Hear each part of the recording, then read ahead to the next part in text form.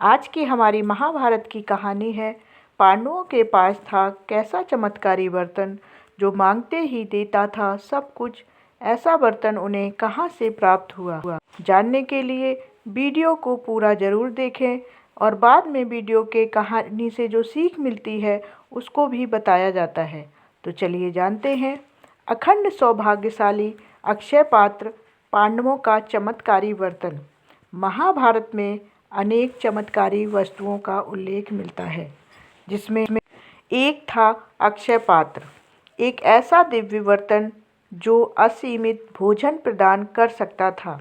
यह बर्तन पांडवों को वनवास के दौरान मिला था, जिससे वे और उनके अतिथि कभी भूखे नहीं रहे।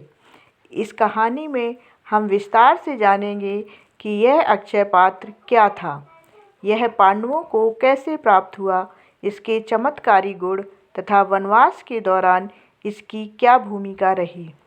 जब पांडवों को जुए में छल से हराकर कौरवों ने 12 वर्षों के वनवास और 1 वर्ष के अज्ञातवास की सजा दी, तब उन्हें जंगल में रहकर कठिन परिस्थितियों का सामना करना पड़ा।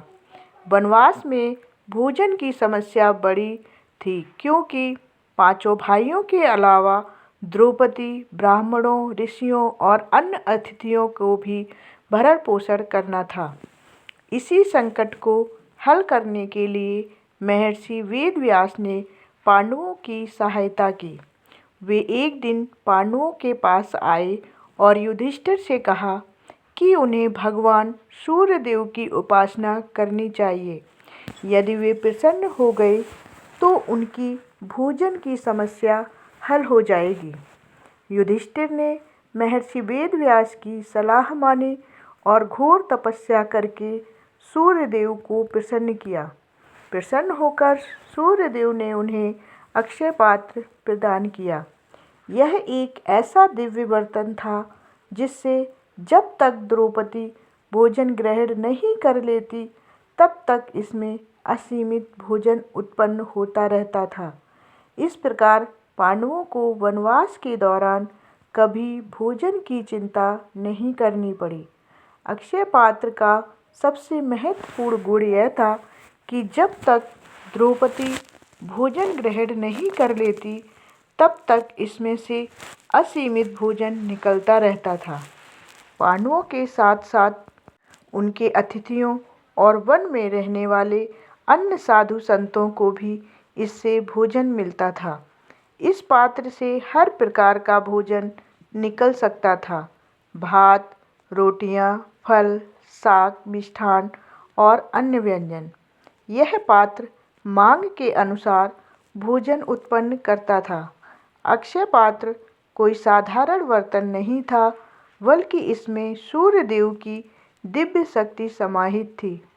इसकी शक्ति सीमित नहीं थी, लेकिन इसकी एक शर्त थी कि एक बार जब द्रौपदी भोजन कर लेती तो उस दिन के लिए यह पात्र निष्क्रिय हो जाता था।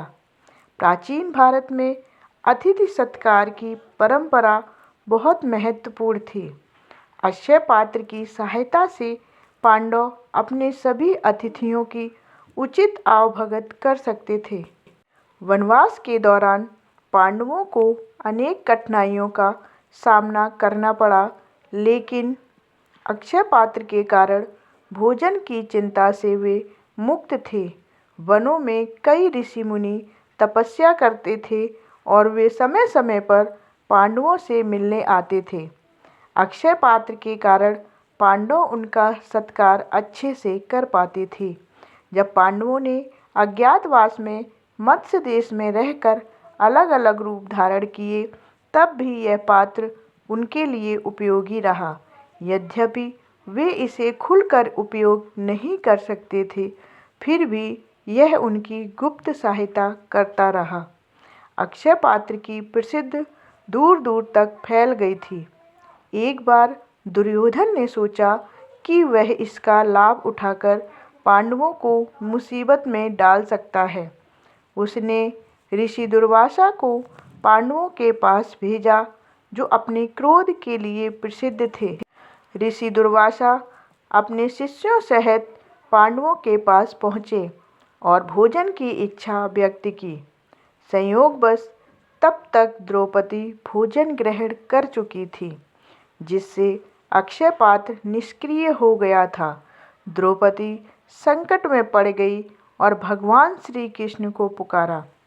श्री कृष्ण ने आकर अक्षय पात्र में देखा और उसमें चिपका हुआ एक अन्न का दाना खा लिया। उनके इस दिव्य स्पर्श से दुर्वासा ऋषि और उनके शिष्यों की क्षुधा शांत हो गई और वो बिना भोजन किए ही चले गए। इस प्रकार अक्षय पात्र ने पांडवों को संकट से बचा लिया। महाभारत युद्ध के बाद जब पांडवों ने राजसूय यज्ञ किया तो उन्होंने सभी दिव्य वस्तुओं को विभिन्न देवताओं को अर्पित कर दिया। अक्षय पात्र को भी सूर्य देव को लौटा दिया गया। इसके बाद यह दिव्य पात्र धरती से लुप्त हो गया और पुनः किसी को प्राप्त नहीं हुआ।